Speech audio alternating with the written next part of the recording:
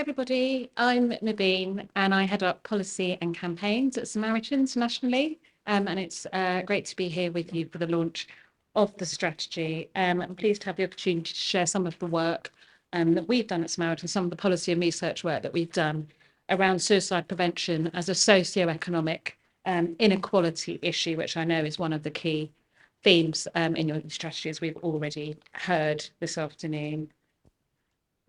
Oh.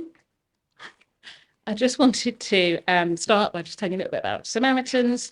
I'm sure you'll know already that we're here around the clock to offer emotional support to anyone who needs us. And our amazing volunteers answer a call for help every 10 seconds and spent 1 million hours responding to calls last year. We've got more than 200 branches across the UK and Ireland, including here in Cheshire and Merseyside. And although we're most well known for our helpline, that's only one part of what we do.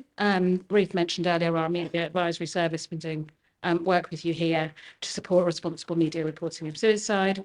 There's lots of different ways that people can contact us for support, and we are also proactively give people the tools to look after their own well-being and support others. And as we all know, suicide is preventable and everybody's business. So we work with a range of different industries and sectors. And we also campaign and seek to influence policy to get closer to our vision of ensuring that fewer people die by suicide. I just also wanted to, while I'm here, tell you about, very briefly, a coalition that we host called the National Suicide Prevention Alliance, which might be of interest to some of you if you aren't already members.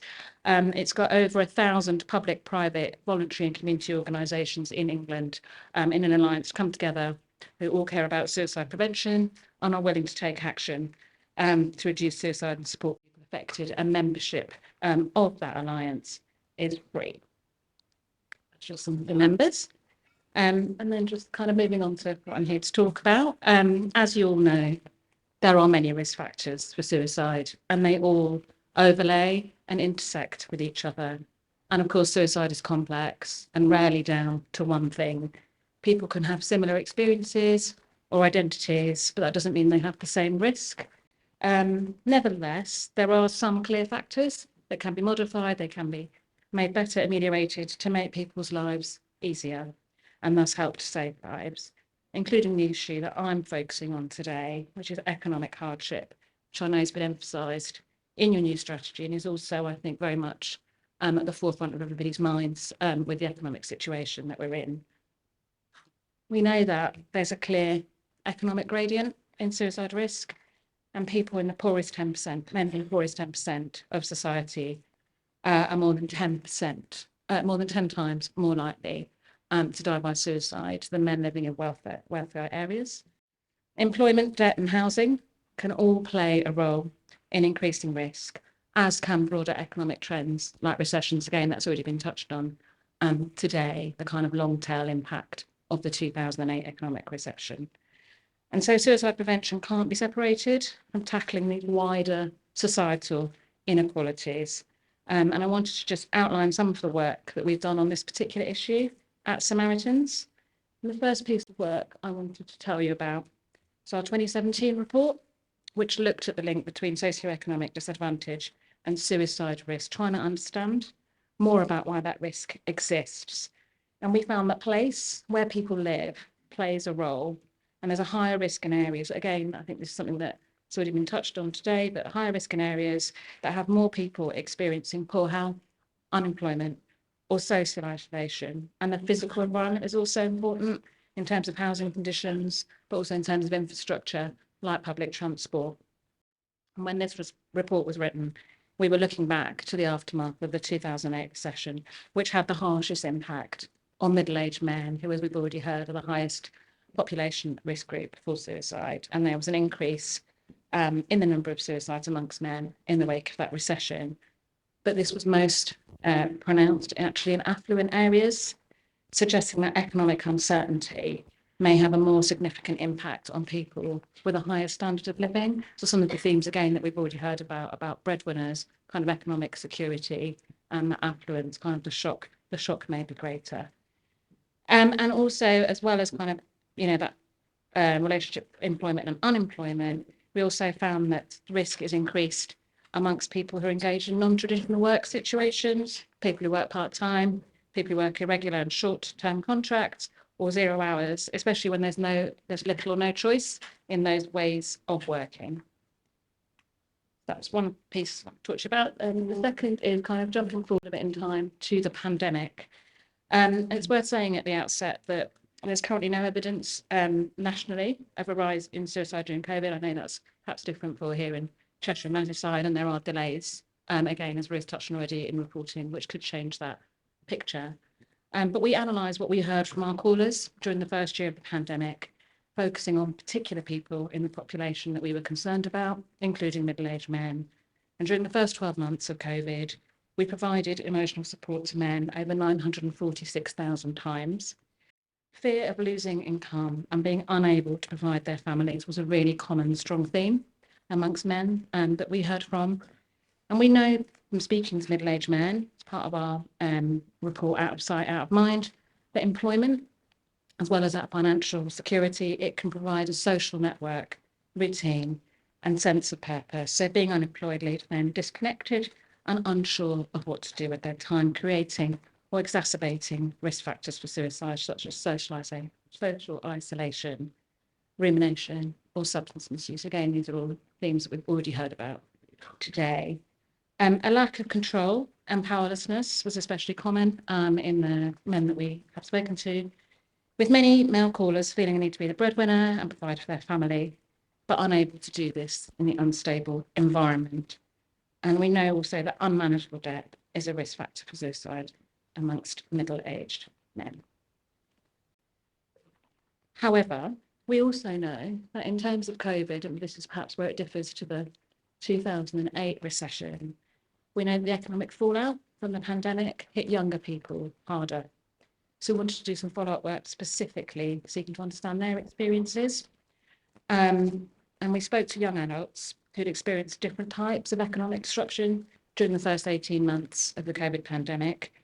An economic disruption we defined as job loss, drop in income, job uncertainty. And we were seeking to understand how that sort of economic disruption affected the psychological well-being of young adults, exploring that relationship between economic disruption and feelings of defeat, entrapment, and suicidal thoughts.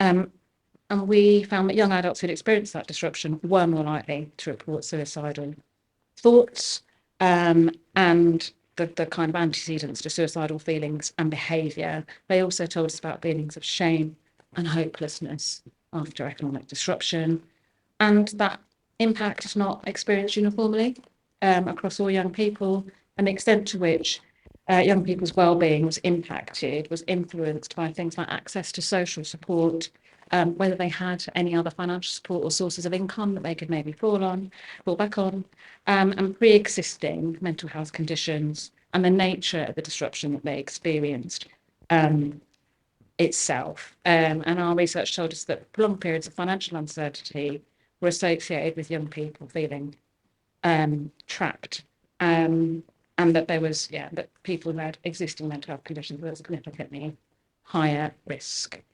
And then just kind of jumping forward again in time, kind of today after the pandemic, like many other organisations, we are concerned about the impact of current pressure on household budgets. In this summer, we wrote alongside 17 other mental health charities to the former Prime Minister, calling for urgent action that recognises the importance of tackling suicide as a socio-economic inequality issue. And we are expecting, again, it's already been touched on, a new national suicide prevention strategy in the coming months. And we really want to see a huge commitment to tackling suicide as a socio-economic inequality issue, with all parts of government playing their part in that. In terms of Samaritans, what we've seen an increase in the number of people contacting us talking about financial concerns since August. It's at about 1 in 14 calls, which is the highest level for at least 5 years in terms of what we've seen so far during the cost of living crisis. So as you've seen, we've long talked about the need to tackle suicide as a social inequality issue, as indeed have you in your suicide prevention strategies.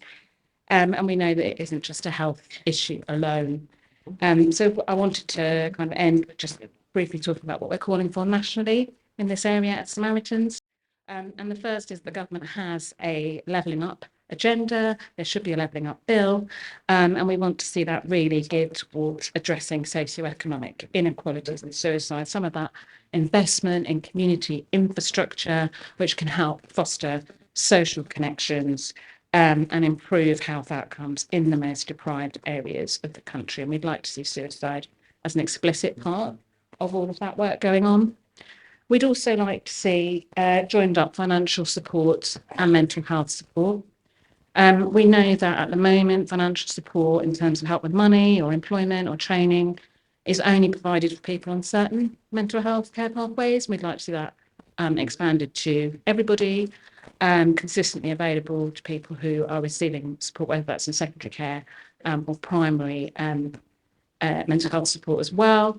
And similarly, kind of extensions of schemes that are seeking to support people who are struggling with their mental health back into work, not just restricted to people experiencing severe mental health issues, but to anyone who needs them, people with common mental health issues. And we also know, again, this has been touched on, we know that the majority of people who die by suicide aren't in touch with mental health services in the year before they die, and perhaps that's even more the case for men. We've kind of talked about men and access to services, but we know that people generally are likely to be in touch with a service. It might not be mental health, but it might be the job centre, it might be the passport office, it might be the criminal justice system, an agency, an arm of the state. We're keen that all those touch points are used to kind of spot people at risk, to intervene, signpost, refer, and particularly there's a need to target mental health support anyone who's lost their job, who's insecure at work, or is struggling to get enough hours and income to cover their costs.